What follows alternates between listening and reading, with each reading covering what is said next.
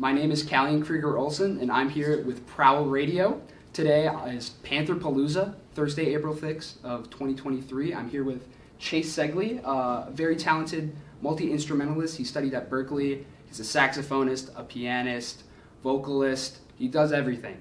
He just released a 8-track album called Chaseland in 2022 in November. There was a huge rollout beforehand. You had 8 separate music videos for each of them. Tell me a little bit about those.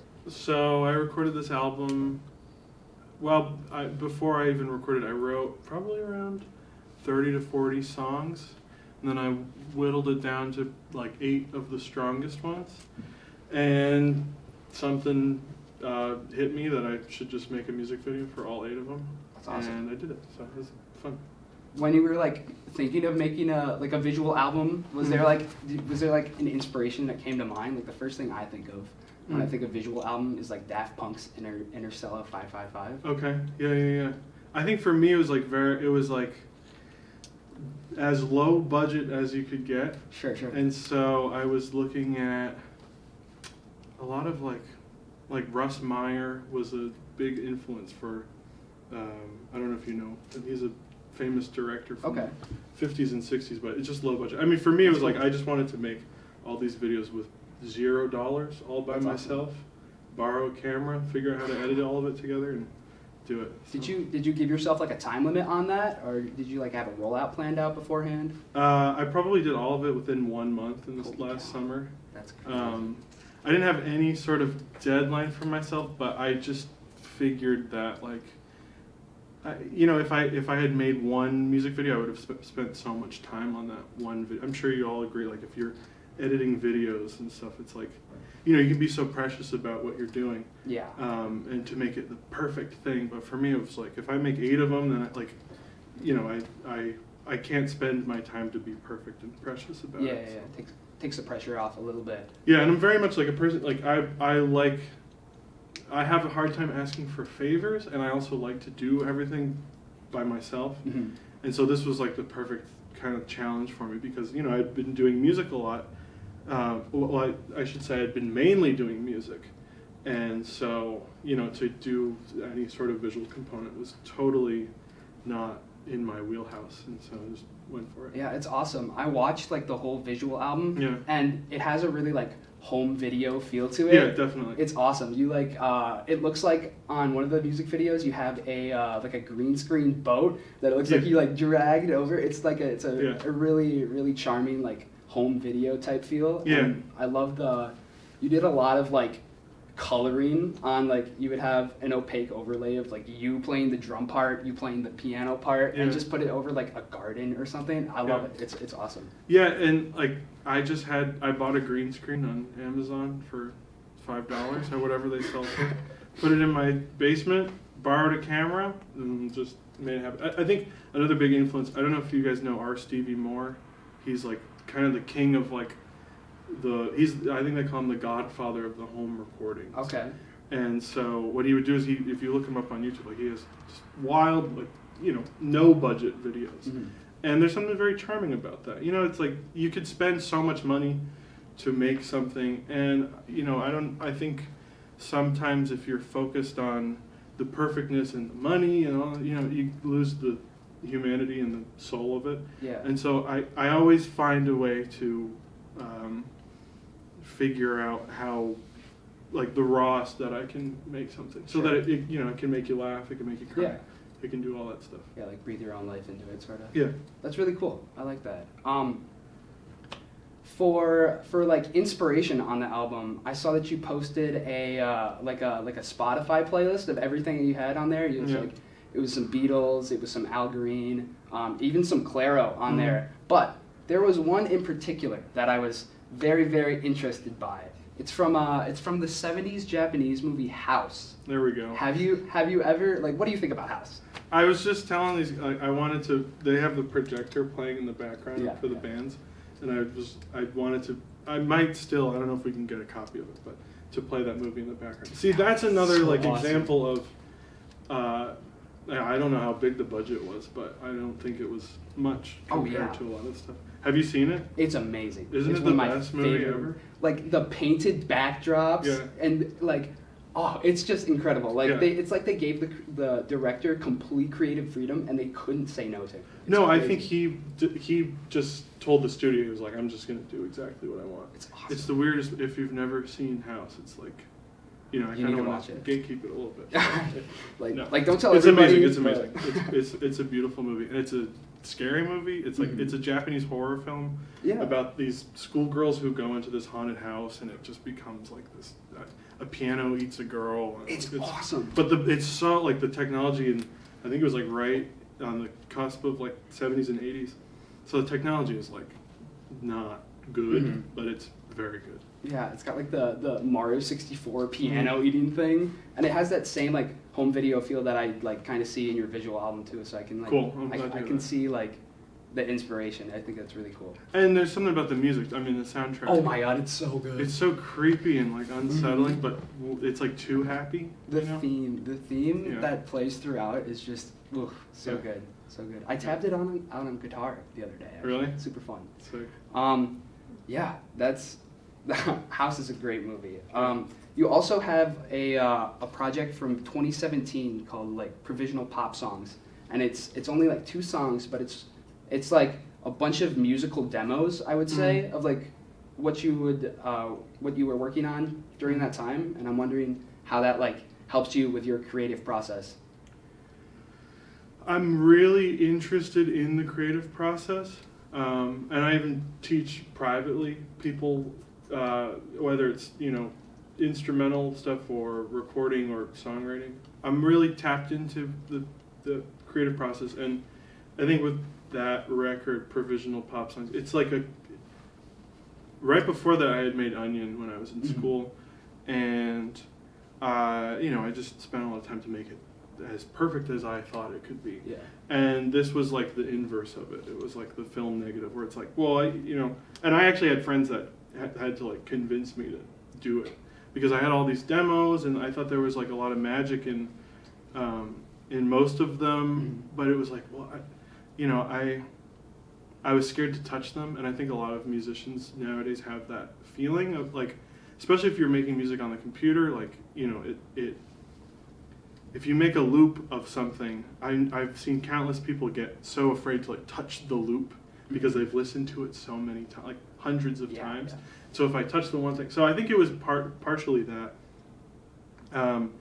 where it's that same rawness that I really enjoy. So I put it all together, and I think because of that, it's a very honest depiction of my life at that point, in a not more than other records, but just in a totally different way. And I think it's really refreshing. And people have told, like, that's the one record that people have really like come to me and been like, that. That's awesome. Like that one, which is crazy. To come off of like you said you kind of like not overthought like Onion, but like you try to make it as perfect as possible. Yeah.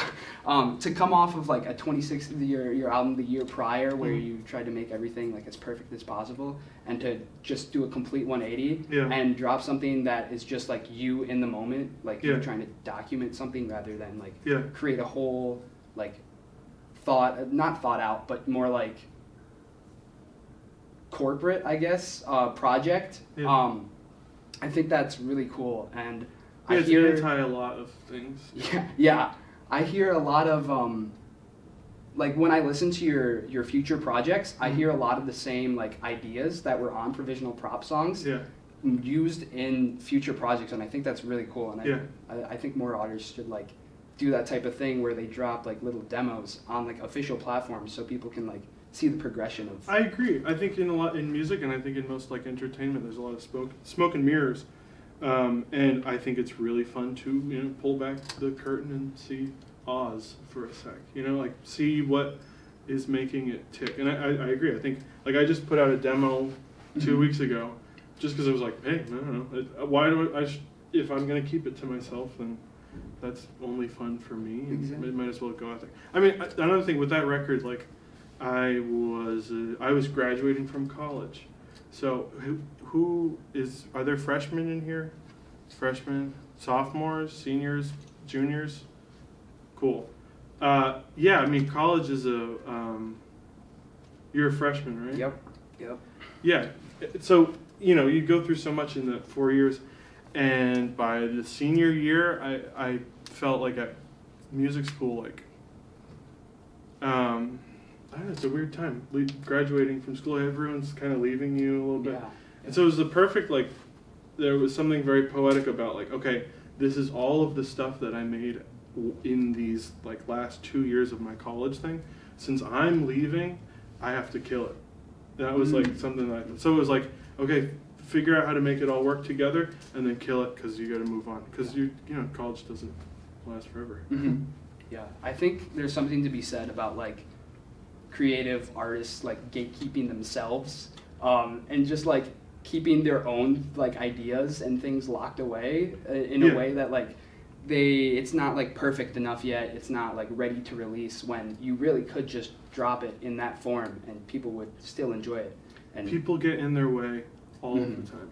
People get in their own way always. I have that same problem with, like, any type of music I'm trying to make. Yeah. I have a band, and, like, we have all these demos and everything that we've been getting better about, like, posting on YouTube, on like Instagram and stuff like that. Yeah. But it's so easy to just, like, make something you think is really cool, but then only get, like, 80% of the way and then never finish that 20%. But you don't really have to finish that 20%. Well, no, because you are thinking about so many other variables, and, like, how the cake gets made when people just taste the cake, and so It's a good metaphor. Thank you. I see it all the time, and it's most of I do it to myself all the time. I have some complex about my performances instrumentally, or my voice, or my whatever, and it's like at a certain point, I'm just like a snake eating my own tail. It's like I gotta just stop thinking. Throw the tail back up. Yeah, just let go of it. Let go. It's done. Yeah. So, yeah. There's a lot of freedom in that. That's really cool. Mm-hmm. And yeah, you just dropped the dunnunnun single, the little demo. Yeah. Did you like? I saw on Instagram you put up a bunch of other ones on Patreon. Are they all that similar, like demo, like raw, real style? Yeah. So what I'm doing, I've been doing this since like the new year, where I realized if I sit down at a piano for 30 minutes, I'm going to come up with a song. Mm-hmm. And for me, in terms of songwriting, me coming up with a song is like 2 ideas, basically. So if a song has 2 sections, that's all I need to make it work. Maybe you need a 3rd idea, like a bridge or something like that. Come later. Exactly. Yeah.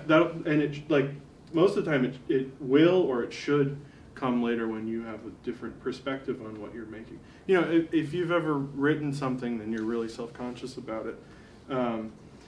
And then, has anybody experienced this where they make something and they don't like it in the moment, and then like weeks or months later they go back and they're like, damn, I was so hard on myself. Like, it's actually pretty good. Yeah. So it's the same thing that I was talking about. Like, so what I realized that if I sit down at the piano for 30 minutes, I will come up with something. And so I've been challenging myself to do that once a day. And so I've been putting all those on my Patreon. And it's me. Yeah, I sit down for 30 minutes. I record it on my phone, write it out. I'm just figuring it out. I'm usually melody first. Mm-hmm. And then after the 30 minutes are up, that's all I got. So then I have to record it.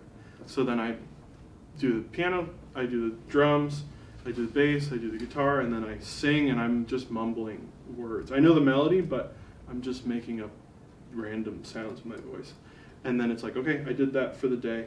Now go do something else. And it's cool to look back months later and be like, oh, I hated that in that moment, but it's cool now. Yeah. So that's on my Patreon. That's a good plug. Yeah, I think that's really cool how it's kind of like I've been trying to work on like my own songwriting constraints, I guess, because it's easier to like put like either a time limit or like a certain topic that you want to do on something rather than just letting yourself flow free and like having that 30 minutes where you're like, here, I'm just going to sit here until I make something. I think that's like really powerful. You're going to sit there and make something until the 30 minutes are up. You're not going to sit there until you make something. You're going to make something until you have the timer goes off pretty much. It's like Pomodoro. That's the Pomodoro clock. I have one of those. Oh, really? Like the Apple thing? The tomato clock things. Yeah, 25 minutes on, 5 minutes off. That's awesome. It's like doodles. It's like a sketchbook, and I would, some of my favorite visual artists, I would pay to see their doodles. Me too. Sounds cool. All right, well, this one's a little off topic, but we have a little Panther Palooza competition going on for all the performers, okay? So I have this tape measure here. I got it from my house. So what we're going to do is I want to see how high you think you can jump. Like, it's a little bit of a preparation for like the performance, like because you want to have a little bit of energy for the performance. So you want to see who can jump the highest. So I need a little help from the audience here. Who can jump the highest? Yeah. We're gonna do this for all of the performers. How about everyone in the room? Do you know what? Let's do it. Yeah, everyone has to do it. If I do it, everyone else has to do it. Okay. That means you two too. All right, Ben, are you ready? I'm ready as well, baby. So no knees bent, just. Oh my god, that was pretty good. I played volleyball. I'll give you. And before you jump, say your name and then jump. Yeah. My name is Kalyan Krueger-Olson, and this is my biggest jump. Same? Okay. Okay, you're not bending your knees. Right? Oh, did I cheat? Oh, you can't. When you're testing a vertical, you can't go like. You gotta Oh, just, yeah. All right. Straight leg. All right, who's next? Like that. That was my jump. We'll just see. This how is a high it jumping was. seminar, Jumping Technique 101. Thank you, Ben. I think a great title I'm for this Kara. interview. This is my jump. Oh. I didn't play sports. I'm Ben. Yeah. Round 2. Oh. We're gonna say 11. We're gonna say 11. Anybody else? Everyone has to go. Everybody Aria, has to here. go. Okay, I'll go. Camerawoman, Yes. one, get over here. Okay. My name is Ariam, and this is my jump. Wait, was that good? Okay. You want to do it again? You want to do it again? Am I supposed to, if I like go like that, does that count? I'll do the heel. I'll do the heel. Okay, ready? That's good. Dang, that was like an 11. Okay, good. So Okay. three. Please. Okay, my name is Nace. This is my jump. What's your head? Oh my goodness, that was a good one. That was a good one. What was that? It's like 13. All right, I'll go, and then you gotta go. We'll get it in I post. don't We'll know. get it in post. I'm not a very good jumper. All right, I'm Chase. Oh my god, you can jump. You're ready to perform. Man's got hops. I'd say it's a 15 for now, but we'll get it in post. We'll get it in post. You missed the jump. You missed the jump. The jumping. I came up with that like 20 years before. I just had a tape in my backpack. I'm like, we should do this for every performance. All right, Chase. When I was getting ready for this, when I was researching for this interview, I came across an interview in your house with, I think it was your friend or something, where your cats are just walking around. I love that. It's awesome video. But you were mentioning something about wanting to do like a pop punk dance album. Is that still in the works? Oh, I wouldn't say pop punk. Okay. Well, I would say punk. Well, Ooh. no, I would say more pop than. Yeah, something darker. I'm working on something right now. That since I've been doing things every day, I feel like I have a lot of music. I don't know, something dancier but a little darker. I don't know. I like to be kind of a musical tourist. I like that. So my writing style is me, but I can dip into other things. I like that. Would you like a pop punk dance record? I think that'd be fun. Okay. I think I was myself Okay, speaking. I'll keep a note. But without revealing too much about your new album or any upcoming any upcoming releases, demos included, who do you think are your biggest like current musical inspirations for what you're trying to make in the future? That's a great question. I plead the fifth. Okay, that's totally fair. Yeah. That is totally fair. Well, Can't reveal too much. Yeah, what was the most recent song you listened to on your phone? Let's see. He's using a lifeline. God, this can take forever. I can choose. Yeah. I plead the fifth. Okay, that's totally fair. Yeah. I'll hear it. Yeah. I'll hear it when you release your next stuff. Thank you so much for coming to Panther Palooza. I hope you have a great time at UW-Milwaukee. We're so happy to have you. And what's in the near future for Chase Ceglie? Keep making music. That's it. Awesome. That's it. Thanks for doing this. Absolutely. Yeah. You can follow Chase on Instagram at Chase Ceglie. You can join his email list. You can find him on Chaseland on YouTube, and for Prowl Radio, you can find us on Instagram at Prowl Radio. You can find us on Live 365 to listen to us live. Yeah, thank you for watching. I've been Kalyan Krueger-Olson, and this is Chase Ceglie. Prowl Radio forever. And ever. Yay.